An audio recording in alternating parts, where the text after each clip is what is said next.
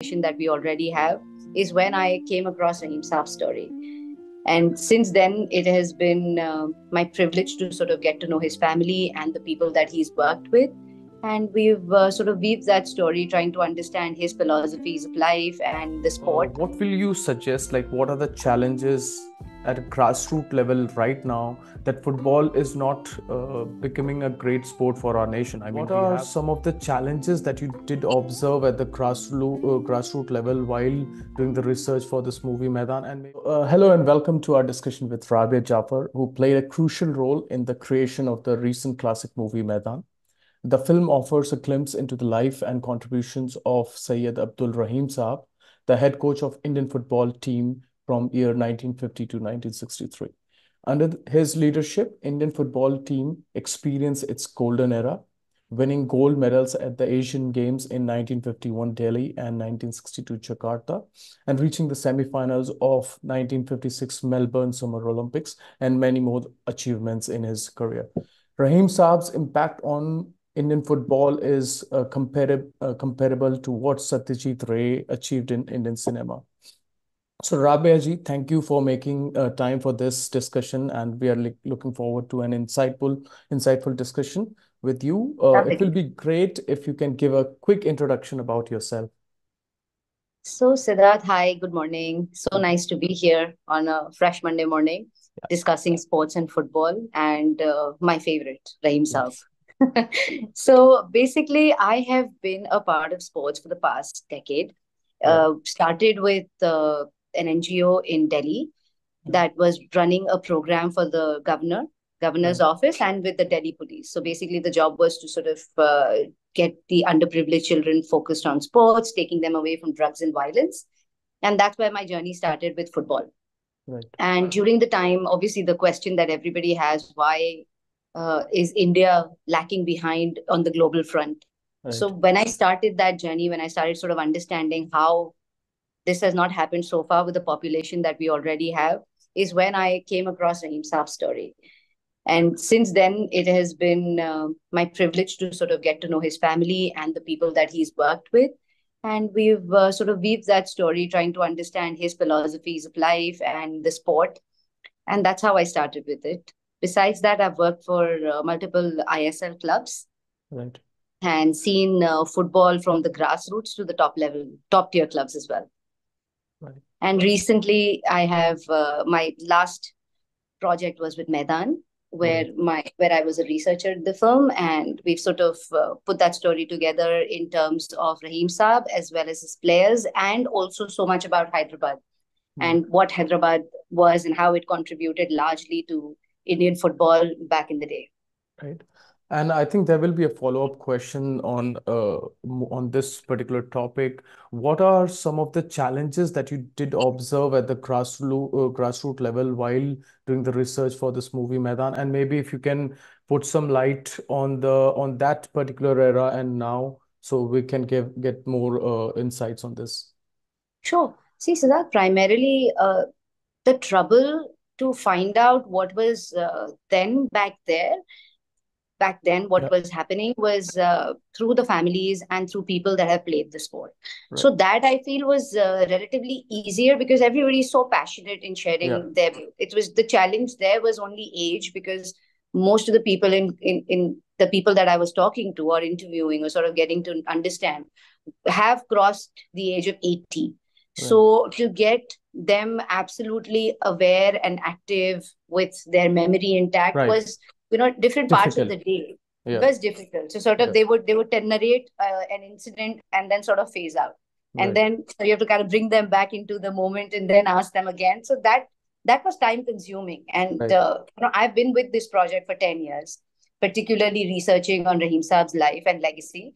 And besides that, 6 years the film had been in the making. Right.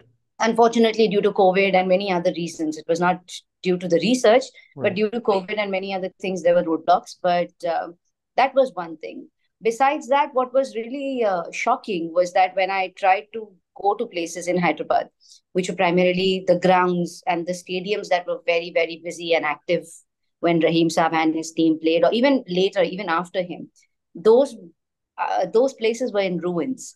So to see that difference, that back then it was really active and there was so much happening here, and now nobody, there's no upkeep to the place, nothing is really happening, was really surprising to me. Right. We have potential. Everyone says that. We have also seen legends like Rahim Saab and now Sunil Chhetri as well. So what are some of the challenges at the grassroots level from your experience that you can tell to the audience, which Uh, maybe we can work out and maybe we can see some changes in next 5 to 10 years? So, Siddharth, to answer your question, the issue that we see at the grassroots level is primarily into two parts. Number one is the coaches training. Right. I feel that at the grassroots level specifically, there are many coaches who are not trained in a standard process, Right. which is the same across globally. Of course, it's the same, but across India also, it kind of needs to be standardized and have the same approach. Right. So, number one, that's a major problem that we need to address quickly, because there's so many people who aspire to play, and mostly the life cycle of a player is, if they're not able to play, then they go into coaching, and then that's how they try to be connected to the sport. But if you are not coached correctly, if your foundations are not right, if you're not trained well, then unfortunately you cannot train others Right. to reach places. That's one. And I think the second is exposure for players, in terms of more tournaments need to be happening across India, meaning on the city level, state level, national level. There have to be multiple stakeholders that are sort of investing in that. Being a part of football for a while, initially we used to host school tournaments in Delhi. We've hosted a massive football festival, about 5,000 odd players in Delhi back in 2020, 2013. And, that was just picking up. And still, Right. I still see that there are many local tournaments that happen, Right. but they just need to increase in number. And I think the state associations and the federations need to have them in a process and accredit them, right? They have Right. to be sort of standardized in the sense where AIFF is approving those leagues as well. It shouldn't be just one-sided. Right. That's Because then again, if the right process is followed, then these children or these players then get a chance to be featured in the national team eventually. At right. least that there's an opening there. Right. And maybe to that, we can add a follow-up questions. Like, what are the rewards that you think we can add for the coaches, for the staffs, for maybe sports scientists and other people, maybe the players? What are the right rewards would be to add and basically grow this entire community as a whole, not just few pockets of the nation, but the entire nation? So I feel in that context, it is very important to just one second, that eventually when you coach or when you train Right. players, Right. or coaches for that matter also, I Right. think it needs to be holistic. Yeah. If there are scholarships Right. provided, Right. right, for the coaches to be trained here and then probably go outside, there are these Right. affiliations with multiple clubs, European clubs, Yeah. or anything. So when that happens, I think there is a lot more feasibility. The Right. chance of making a living out of it becomes higher. Right. A lot of people in India feel that when you're a part of a sport, you're doing it as a hobby, and Right. it is not a profession that you've It's not chosen a to be in. And anything else, now things have opened up in the marketing field, where you see so Right. many people, like you said, sports scientists. Now these things work. Sport physios, Right. these are now recognized by many people and looked up as a decent job, and not just, oh, you like the sport, that's why you're a part of it, and it's not going to make you any money, and definitely you won't have a career, Right.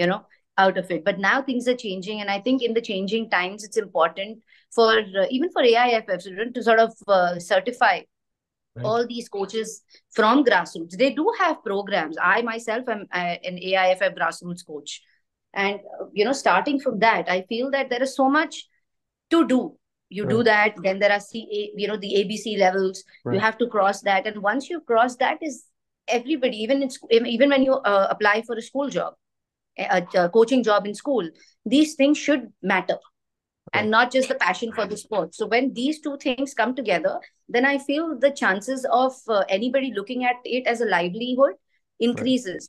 And only when money comes in, I mean, for a country like us, Right. it's a primary motivator. So they have to be paid well too. True. Absolutely. So I think one more question. I think it is somewhere around quite similar to that. So often we see we don't support sports adequately in terms of infrastructure and commercial backing, like you said. Uh, Money is not so much involved in this game right now. But apart from that, I think one more challenge I see personally is the parents, which are the important part to push this further. Because I try to push little kids into getting into this sport and play this sport and maybe make it a habit or discipline. But the parents' logic, they say they have started playing and they are not working on the studies, they are not focusing on their studies. So you see, the parents have this concern, and this is very right concern. This is a valid logic that they say there is no future for kids in sports, and maybe this is just a topic of tier two, tier three cities, not a tier one city, because tier one city parents are understanding and they try to push their kids now more often in the sports. So how do you tackle such logic of parents where they they are not secure about the children's future in this sport? How do you basically convince them, give them right reasoning so that they can also push their kids into the sport and maybe grow further and maybe make a future or a career in the sport? So basically, the question that you asked, great question, and it has been an issue for decades, for years. Okay, maybe a century, perhaps. Right. Even when players during Rahim Saab's time, they played for the country, they won awards, everything. They won a gold medal, Right. but the families were always concerned. Ab kya? Okay, fine. You've done this. Abhi, where do you get a job through that? Right. So then railways were opening up jobs. There were multiple, in the sports quota, there were multiple opportunities that were being created. Right. Slowly, that has sort of gone down. Even now, there are a lot of sports people who have jobs, right? Who have paying, who have a settled job.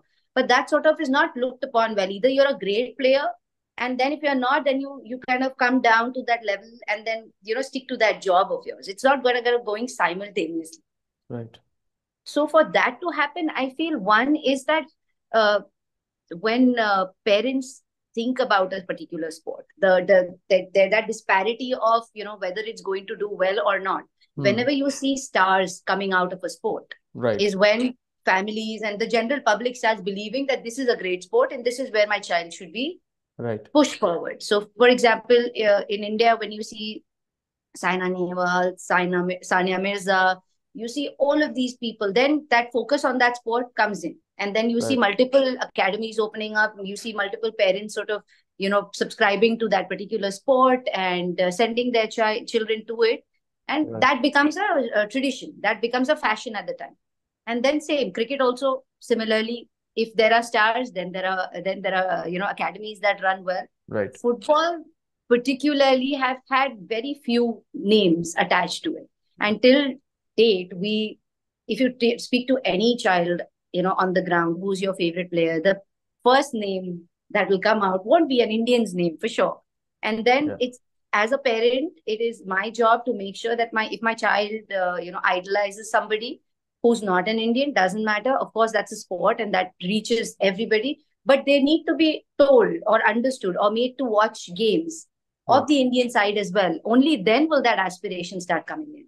So you mean it's more about stories, brand building? I mean, mostly creating a story or narrative around those players and around that sport, then we can grow. Like it happened in 1983 with cricket, where India was not so famous, and then Kapil Dev and his entire team won the cricket World Cup, and then cricket is now it's a big sport. And same with Saina Nehwal and maybe Pulela Gopichand back to the time. That entire generation, that entire Pulela Gopichand and that whole line of stars that he created after him. So I think that really matters. In India, it really matters. And then again, it's for a child to be participating in any sport at the coaching level, it's completely a parent's responsibility because it's a hard task to follow that routine, follow the nutrition, follow the schedule. So first, before the child, the parent has to confirm that, okay, this is what I want to do for my child, and whether my child, picks it up later, up to Right. him or her. Right. But this is what I want to invest my time in. So it's a big investment of time and effort and monies Right. which goes into. So the parent is convinced, then slowly the child will sort of start move going towards that thought. And of course, nutrition matters. It cannot be that you send your child for a football coaching, Yeah. specifically in football, because it's a physical sport. It's Yeah. completely physical. So you kind of need that nutrition at home as well. So that Right. discipline needs to be created from parents. And again, if there are more leagues that sort of give you the tournaments that happen within the city. Right.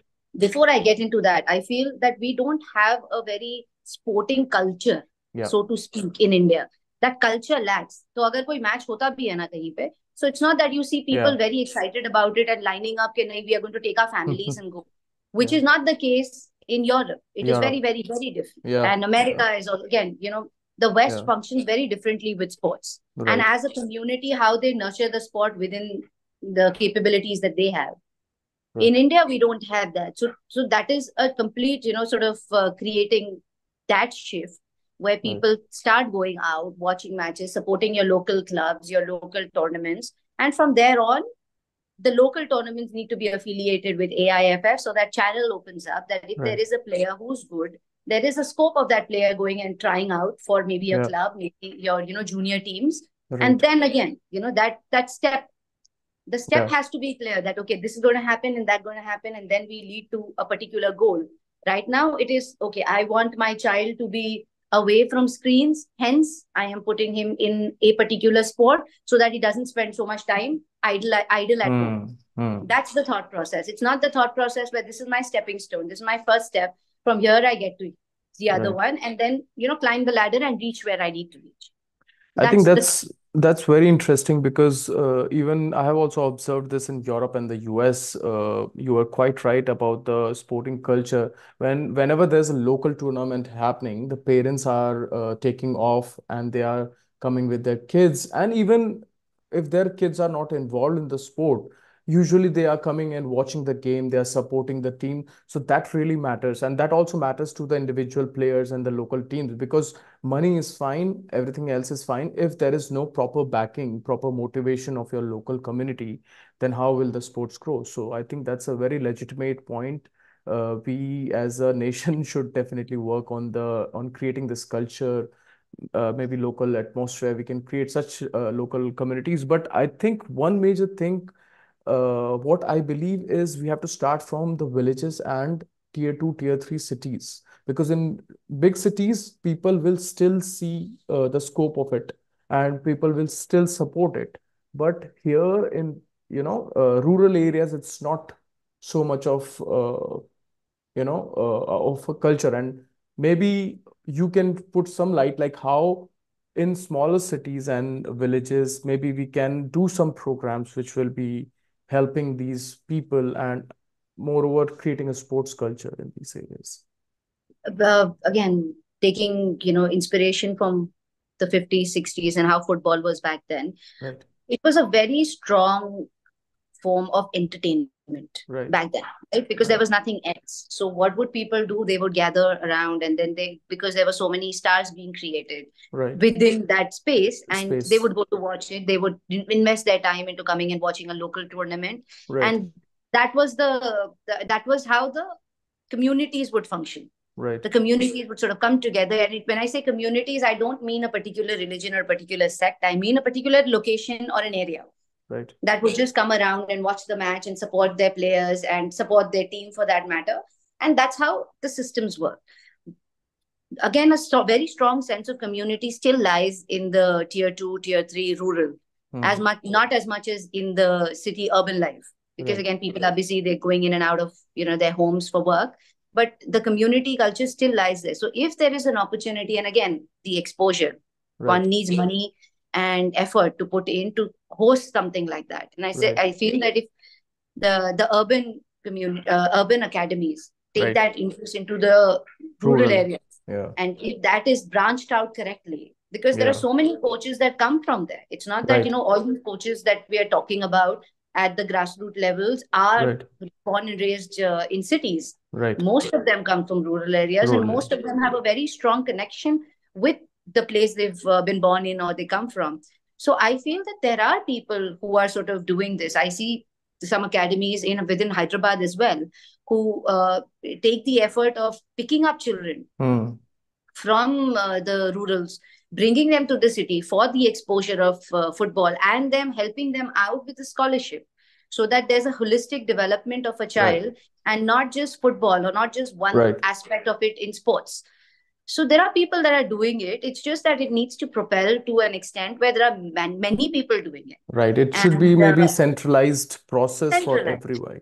For everyone. Absolutely. Yes, I think that's this one more thing adds up in this discussion. Like if you see European football, it's quite advanced, but they have picked up players from Argentina or Brazil or maybe African countries. So they went to such countries where it was such a passion. They lacked infrastructure and guidance. They picked up players and they made great culture in Europe. Similarly, I think what your point here, you mentioned that the cities, people, academies in cities can go to villages and they can maybe scout and bring back. So I think that is a great insight. That's a great point by you. Next question I have is, I think Syed Abdul Rahim Saab left an incredible mark on the Indian football. I mean, without a doubt. And we have seen that in movie. It was amazing. I had goosebumps. It was quite inspirational. But what lessons, since you have been involved in such a rigorous research, what lessons do you think we should take and carry forward his legacy in today's football or in any other sport, not just football, but maybe in any other sport? So, Siddharth, I feel that Syed Abdul Rahim Saab's story is so timeless. Yeah, Because one, the reason for it is because he was way ahead of his time back in the right, day. right, And his thinking and the thought process that he had, and the the tactics that he brought onto the table were very right. unique to its Yeah, time, and it is very relevant even today. Because again, we were great back then, we're not good right now, but Indian football has sort of also been a roller coaster, no? right, Where sometimes we're great. I mean, we have great stories back in the day, and great legends in PK, PK and Chunni Goswami and right, Tulsidas Balaram, and then now right. talking about it now with Sunil Chetri. We've got legends, we've got great players, but the lessons that specifically Rahim Saab or his legacy has taught me is, I've learned to respect my teachers, my coaches, my mentors. So I think that relationship between a coach and a student and a player, where there was unrealistic trust Yeah, that was put into the coach, and that did true. not just come from the player; it came from the coach, player's family as well. And Right, India, I mean, our traditions and our this is right, what we've been all about, right? true. So I think that is something that I learned very, very strongly. And I try to push that forward to my kids and teach them that it Right, may be any teacher, not one specific teacher, any teacher. I mean, that relationship of respect and absolute gratitude and, sort of needs to be there. right, Only when you trust your teachers will you be able to move ahead. If you keep doubting true. them or not respecting them enough, or respecting them or listening to them for that very minimalistic hour of your day or maybe few days in a week, it's not really going to go anywhere. So Wow. that's one thing. Besides that, I think he was very easygoing. Mm, In the context, I'll tell you, it was not. He was a man of very few words. right. So whenever he spoke very poetically to his players, and Mm, it was very simple. A very, very on the top of my mind example to give you would be, he would tell his players, "Football kya hai miya, bas lo aur do." mm, And in between the lo or do lies the entire, game. right. And Take the then ball, pass the ball. yeah, take the With ball, just passing and receiving. It's just yeah, that, and yeah, so goes on for life as well. Whether right, you're in the sport or not, it is just about giving and receiving, and it's right. that simplistic. So I think Yeah. he's made me he's simplified many things in my life, because I look at many opportunities in just that fashion, Yeah. it's just that transaction, Yeah. more than the baggage that it curtails. True. That's really interesting point. I think another maybe question is, ISL was a great initiative, right? So it came back around 10 years back, right? And now Yeah. we see, local clubs getting more recognition, players getting much more better, basically remunerations. So but still we see that India hasn't made to, that level. Indian football as a whole didn't make to that level. So what do you think we still lack in the clubs or maybe in the football team that we are not able to make to that particular leap? And what do you think will be the right timing? Because now it's staged correctly. If there is enough marketing, there are enough stories of Sunil Shetty, Jinkan, and so many other new players, young players. So how do we pivot now and make it more accelerated work and maybe take Indian football to another level? Maybe at least qualify for finals or semi-finals of Asian Games, Asian Cup, Asia Cup. So how do you see we can maybe work on it and how to make it accelerated work? The ISL has brought in much needed visibility. That Right, is now, there are so many people talking about it.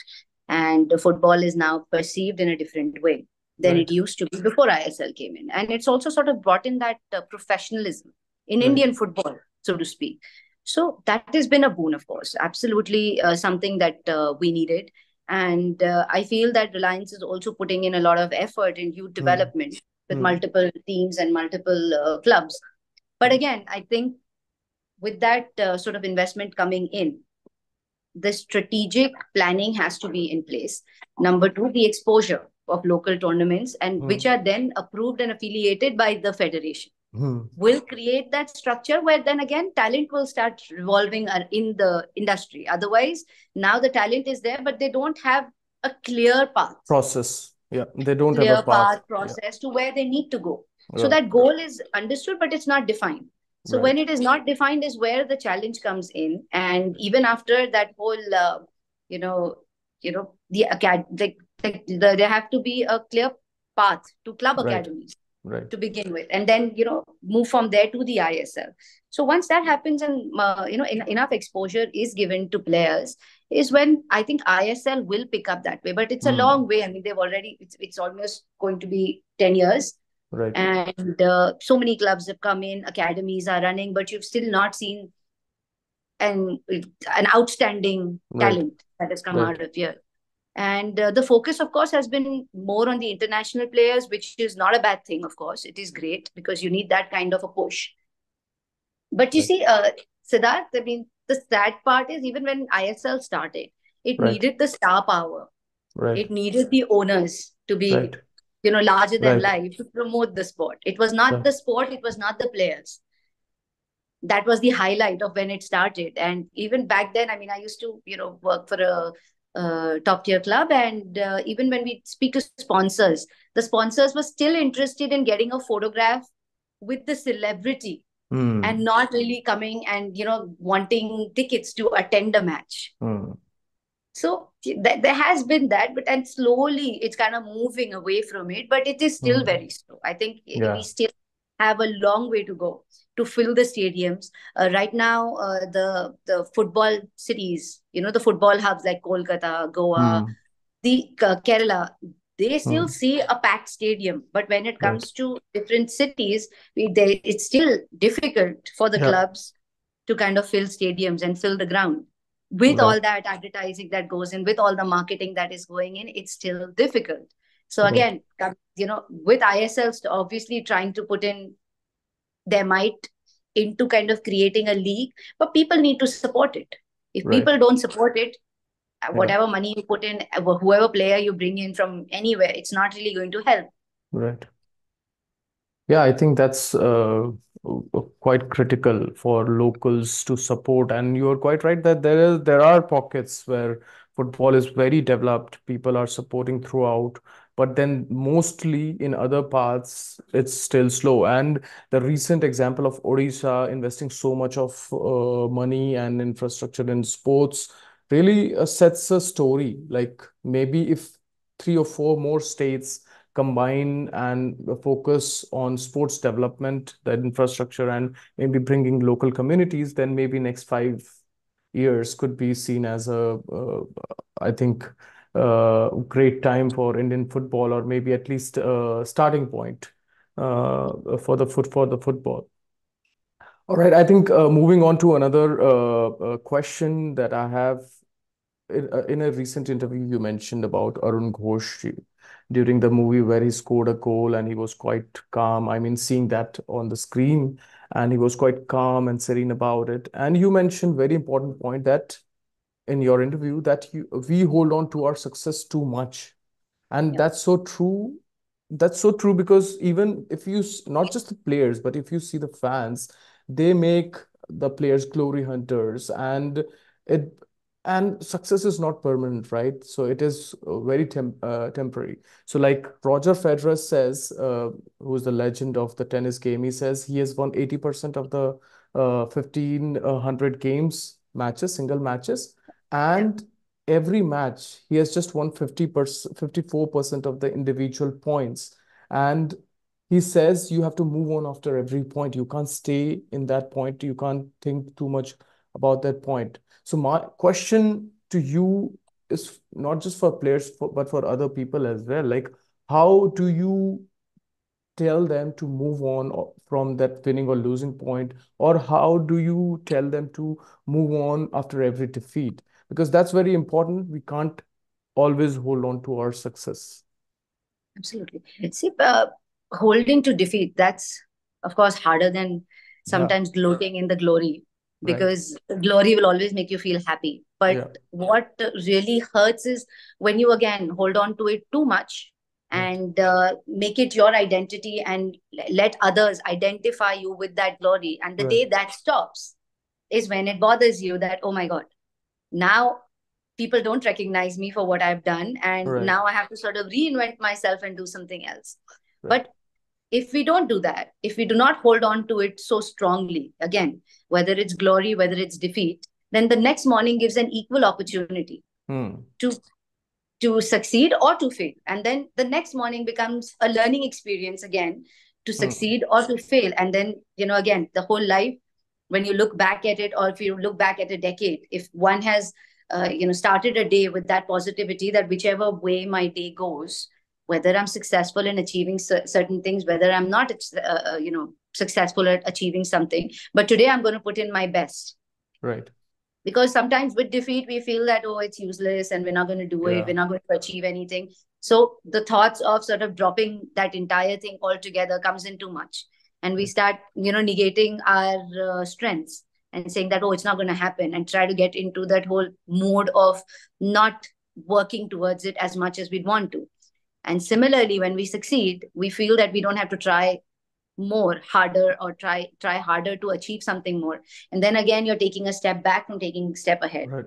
But then if you stand at a neutral ground Yeah, where defeat did not matter, success did not matter, and I'm back to zero and I right, need to start again, so you will obviously take one step ahead from success and one step ahead from right. defeat. Right. So basically, thinking about what's next rather than staying in the past, and maybe focusing on the next goals and what are the next steps, what are the next goals that I as a person can fulfill in a particular day. So maybe step by step Step by step. process.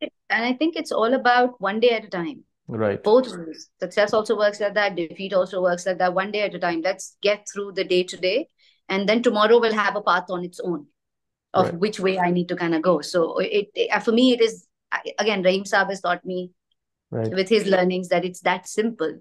It's Yeah. only we who complicate it in every aspect of our lives. And I think it's just to simplify life and Right. simplify your goals to get there. You don't have to make it, the next thing, the next big thing. It can be achieved with a very, very calm and composed thought process too. Right. I think that's really great insight. And coming to the end of our interesting conversation, I have a one final question. And like FIFA refers to India as sleeping giant, right? We all have Hmm. heard that. And so, Correct. what do you think? it will take for this giant to awaken? I mean, we have already covered so many points, but maybe a glimpse of it. What will India take to become that giant, or is it just a marketing term that FIFA is doing because they know there it's a strong user base in India, so many people follow football. So, what is it? See, there's no doubt with the kind of population that we Yeah, have, India is a giant in every aspect, whether yeah, it's in consumer market or it's in football, anything and everything eventually is business. right. So, Manchester United has Yeah, so many followers here. Where? right. How come? Because obviously, one is the viewership, Yeah, is because that is a huge factor, right, broadcast and viewership. right. So, clubs that have never had any single game played in India Yeah, also have enough and more following. The players that have become, massive icons and heroes have a massive following. Although the scope of maybe say a average child to meet hmm. that legend is zero, True. maybe, yeah. But Yeah, then they're still following. And how does that work out? There is of course viewership. So the yeah, broadcasters are, the broadcast is so wide that yeah. you are able to view their matches, see their matches. Unfortunately, with India, even though our qualifiers were going on, it was a massive struggle to watch it. It Right. was heartbreaking. It was sad that you had to, first find out where to watch it. Where to watch DD it? was also not showing it. Yeah, An Indian national team playing is yeah, not telecasted on the yeah. national channel, which is, I Right, think, shocking. But it right, happened. So right, one had to particular go on an OTT platform to watch it. right. So the access to that. What Yeah, if people didn't have the access to that, which some people don't? right, Because it's all a subscription model right. and business again, how it works. So till the time the viewership does not increase, the broadcast is not Hmm. made Hmm. absolutely for every single consumption. Right, Till then, the giant will be sleeping because people are consuming random things on the internet and not particularly this sport, even if they have some basic liking towards it. If it was available to watch, I think there would be more, there would be a particular process and fans would be right. supporting it. So fans Absolutely. don't get an opportunity to support their national team. That's one Right. thing. And I think again, that whole improving the grassroots, Hmm. Hmm. it all boils down to that, where Right. we improve our foundation and through that have the right channels that are created to make sure that this talent is then seen at a state level or a national level, and then you are able to follow that talent from the very beginning till his achievement in the national team and then probably for a club. Right. Till then, I think we will be sort of sleeping and then waking up sometime and then sleeping, and then I think everything has to work hand in hand Yeah. between the association and the federation and every other stakeholder, even Right. at the grassroots level, mid level, or in the top tier. Everybody sort of has to Absolutely. come together because this is almost like a challenge now in Yeah. India, where our aim is to see India qualify for the next anything. World Cup Yeah. is a massive Big. dream. Yeah. Yeah.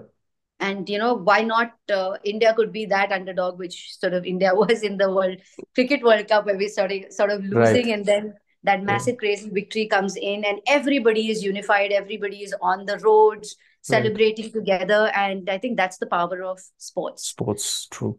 I that think can that's, bring everybody together despite your yeah. religion, anything. People are Yeah. just Absolutely. so feeling so patriotic because of their country and because of their men who've sort of played such a great game and brought India that particular laurel. Absolutely. I think sports is something which unifies any country or anything. So I think that's really greatly summed up. And thank you very much for your time. And Yes, Siddharth. it was really great talking to you about sports and Like, football. Thank you for such insights, and looking forward to maybe share this to our audience in a way that they can get some lessons, and maybe it gives some inspiration for them to grow further and maybe find out right platforms and right areas to grow. That's what I wish for. sure. Thank you, Siddharth. Thank you. I really appreciate this conversation with you. Thank you, Rabia. Thank you.